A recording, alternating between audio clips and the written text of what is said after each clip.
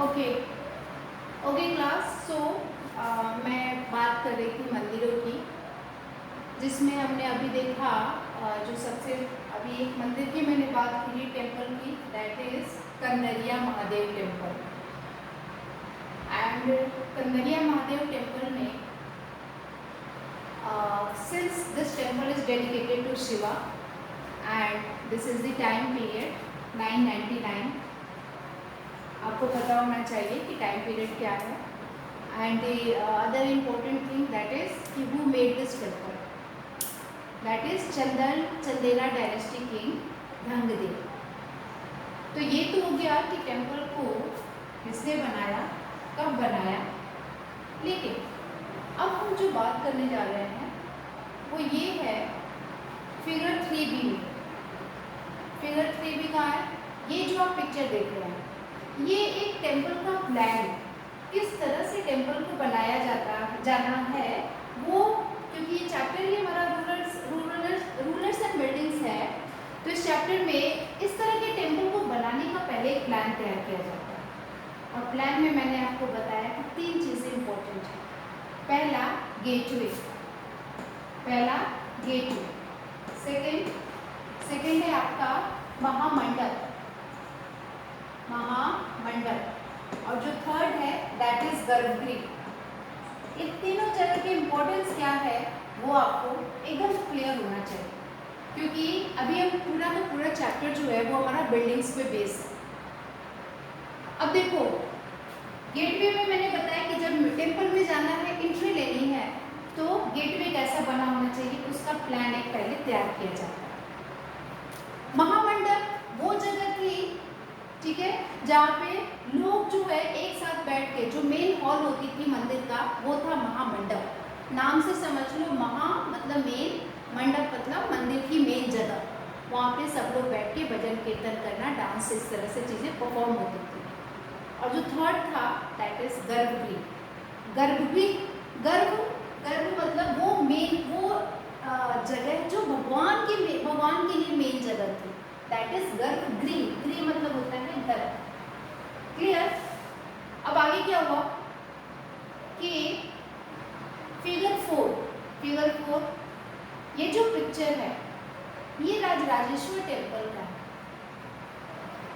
इस टेम्पल की शिखर बनाने की एक कहानी है। शिखर होता है the tallest point of the temple is known as shikhar. The tallest point of the temple is known as shikhar. शिखर को बनाना था तो ये बनाना बहुत ही मुश्किल हुआ था वहाँ के लोगों के लिए। क्यों हुआ था? क्योंकि उस समय 800 ईयर्स अगो कोई क्रेन नहीं थी, नो क्रेन, जिससे ऊंचाई तक कोई भी सामान लेके जाया जा सके। अब इस टेम्पल को बनाने के लिए यहाँ पर 4 किलोमीटर की एक लंबा रास्ता तैयार किया गया। 4 किलोमीटर एक लॉन्ग पाथ इस शिखर तक पहुँचने के लिए तैयार किया गया। अब समझ लो कि जो आर्किटेक्ट्स थे उन्होंने क्या किया, उन्होंने बहुत सारे रोलर्स रखे। रोलर्स समझते हो? बड़े बड़े स्टोन्स, बाउल्डर्स, उसको रखा और रख के उसकी पूरी जो डिस्टेंस थी वो पूरा 4 किलोमीटर तक किस तरह से ऐसे सीढ़ियों से तरह बना के इस शिखर तक पहुंचाना था।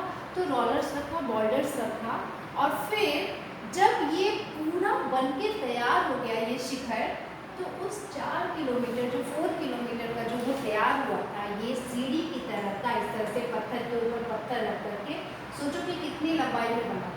फिर उसको जो है जब वो बन के तैयार हो जाता है तो फिर उसको क्या करते हैं, ये लोग हटा देते हैं। मतलब कि अब क्या हुआ कि इस शिखर को बनाने के लिए, ठीक है, the path started more than 4 kilometre away so that it would not be too steep, कि एकदम से सीधे खड़ा ना बने, ठीक है, वो स्टीप में रहे, सीढ़ियों में रहे। तो यहाँ तक पहुँचने के लिए सीढ़ियों को, अब ऐसे डायरेक्ट तो रास्ता बनेगा नहीं पहाड़ जैसा, तो वो स्टीप इस तरह से बनता था, ठीक है, और इस तरह से तो ये डिस्टेंस काफ़ी लंबा हो गया। But the residents of the areas remember the experience, और जब ये बन के, ये शिखर बन के तैयार हुआ तो वहाँ से फिर इस जगह को पूरा का पूरा हटा दिया गया। तो वहाँ पे आज भी उस जगह के लोग इस चीज़ को याद करते हैं कि वो जो एक्सपीरियंस था टेम्पल को बनाने का. Now a village near the temple is called Charupalam, the village of the incline. अब उस पूरे गांव को, जिस गांव में ये टेम्पल है, उस गांव को उस समय चारूपालम कहा जाता था. यानी कि चारूपालम का मतलब कि एक ऐसा गांव जो कि विलेज ऑफ द इंक्लाइन, मतलब इस तरह के मंदिर बनाने के लिए वो जाना जाता था. तो ये है कहानी राजराजेश्वरम टेम्पल की, किस तरह से कहानी बनी थी. और फिर इसके बाद ये टेक्निक है जो ये लोग यूज़ किए थे. मैंने आपको बताया कि 2 टेक्निक थी. पहला था जो टेक्निक का नाम था, जिसका नाम था ट्राबीट टेक्निक, और इसी का दूसरा नाम था कोरबेल्ट टेक्निक. ठीक है, तो ये फर्स्ट टेक्निक. सेकेंड टेक्निक का नाम था आर्क्वेट. ये 2 स्टाइल में मंदिर मेडिवल इंडिया के तैयार हुए थे. ये क्वेश्चन आपसे पूछा जा सकता है कि कौन कौन से स्टाइल थे जिसमें मंदिर बनता था. तो ट्राबीट और कोरबेट टेक्निक जो थी ये बहुत ज़्यादा, ये शुरू में बनाई गई थी मेडिवल इंडिया में. शुरू के 3-4 साल, 100 साल में बनाया गया था, लेकिन बाद में ये टेक्निक बहुत ज़्यादा कामयाब नहीं हुई. तो फिर लोग आर्क्वेट टेक्निक के जो बिल्डिंग्स थे वो बनाने लगे. ट्राबीट टेक्निक में हमने आपको बताया कि उसमें क्या था कि 2 बीम इस तरह से वर्टिकल्स बीम्स थे, और उसके ऊपर वर्टिकल्स इस तरह से पिलर्स खड़ी थी, और उसके ऊपर जो है एक इस तरह का बीम डाल दिया जाता था हॉरिजॉन्टल. और अगर इसके ऊपर ऐसा आर्क बनाना है तो ऐसा आर्क बनाने के लिए वो क्या करते थे कि इस तरह से शेप में वो लोग पत्थर रखते थे. ऐसे शेप में वो पत्थर रखते थे. अब कभी कभी ये पत्थर का बीच में गिर जाना, इस तरह की ऐसी चीजें हुई होंगी कि अब ये टेक्निक छोड़ करके, जब देखा इंजीनियर्स ने कि ये टेक्निक बहुत ज़्यादा सक्सेस नहीं है, तो इस टेक्निक को छोड़ करके वो जो टेक्निक यूज़ किए that is arcuate technique. Arcuate technique में क्या था कि अब जो ये वाला स्टाइल था, अब जो ये स्टाइल था उसको हटा दिया गया. अब कौन सी स्टाइल आई? इसमें ये हुआ कि 2 चेंज आए. The weight of the superstructure above the doors and windows was carried by arches.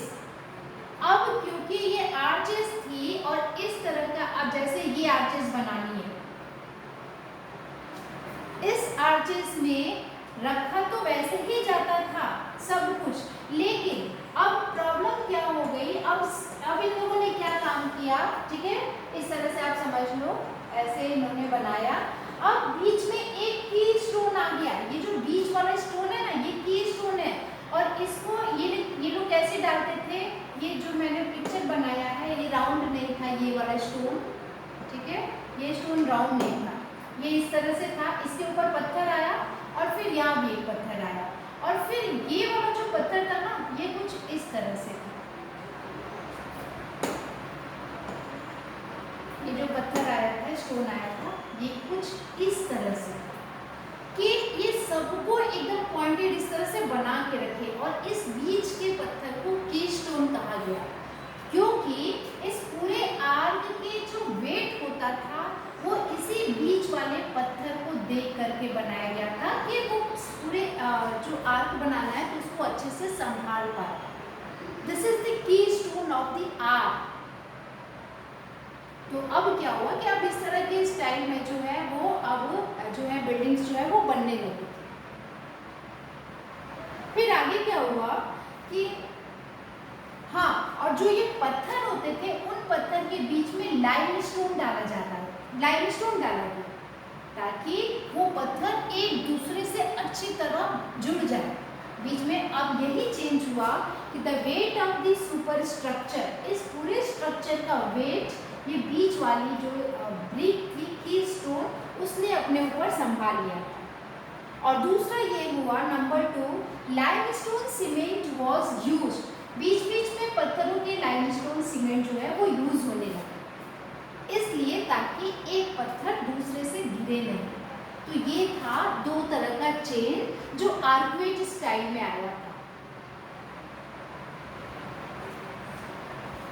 अब ये हुआ कि इस तरह का कंस्ट्रक्शन, तो यही हमने आज के चैप्टर में देखा। सबसे पहले हमने क्या देखा कि रूलर्स एंड बिल्डिंग्स में कि वो कौन से रूलर्स थे मेडिवल इंडिया के जिनके जो इस तरह के बिल्डिंग्स बना रहे हैं। तो हमने बताया राजपूत किंग्स हो गए, दिल्ली सल्तनत सुल्तान्स हो गए और मुगल्स हो गए। बिल्डिंग्स क्या क्या बनती हैं, तो सबसे पहले जो कुतुब मीनार यहाँ पे पिक्चर में खड़ा है, इस कुतुब मीनार में किस किस तरह की इस तरह का सुपर स्ट्रक्चर बनाने के लिए क्या क्या लोग जो स्किल क्राफ्ट पर्सन थे वो कैसे बनाते थे, क्या करते थे। इस कुतुब मीनार की खासियत क्यों है, क्यों वर्ल्ड के सारे लोग इसको देखने के लिए जाते हैं कि जिस समय में 800 ईयर्स अगो में ये जो चीज़ें बनी हुई थी, ये सारी कितनी बारीकी से ये काम किया गया। ये आर्च बनाना इतनी ऊंचाई पे जाकर के, कुतुबुद्दीन ऐबक ने तो केवल 1 स्टोरी बिल्डिंग बनाई थी, लेकिन इल्तुतमिश ने उसके आगे का काम पूरा किया, बिल्डिंग्स को पूरा करने का काम इल्तुतमिश ने किया था। तो ये दो सुल्तान ऐसे थे, कुतुबुद्दीन ऐबक और इल्तुतमिश। टाइम पीरियड है इसका 1229। तो ये बालकनी हो गई, ये ज्योग्राफिकल शेप हो गया, ये आर्चेस हो गई, ये इंस्क्रिप्शन इस पे लिखना, इतनी ऊंचाई पे पिलर्स पे इंस्क्रिप्शन कैसे लिखा जाता था पत्थरों पे, वो भी ये इसलिए कुतुब मीनार जो है जाना जाता है इतने इम्पैक्ट की वजह से। Yes class. कुतुब मीनार को बनाने में कितना टाइम लगा होगा? कुतुब मीनार को बनाने में कितना टाइम लगा होगा? टाइम तो बहुत लगता है इस तरह के सुपर स्ट्रक्चर बनाने हैं तो, ठीक है।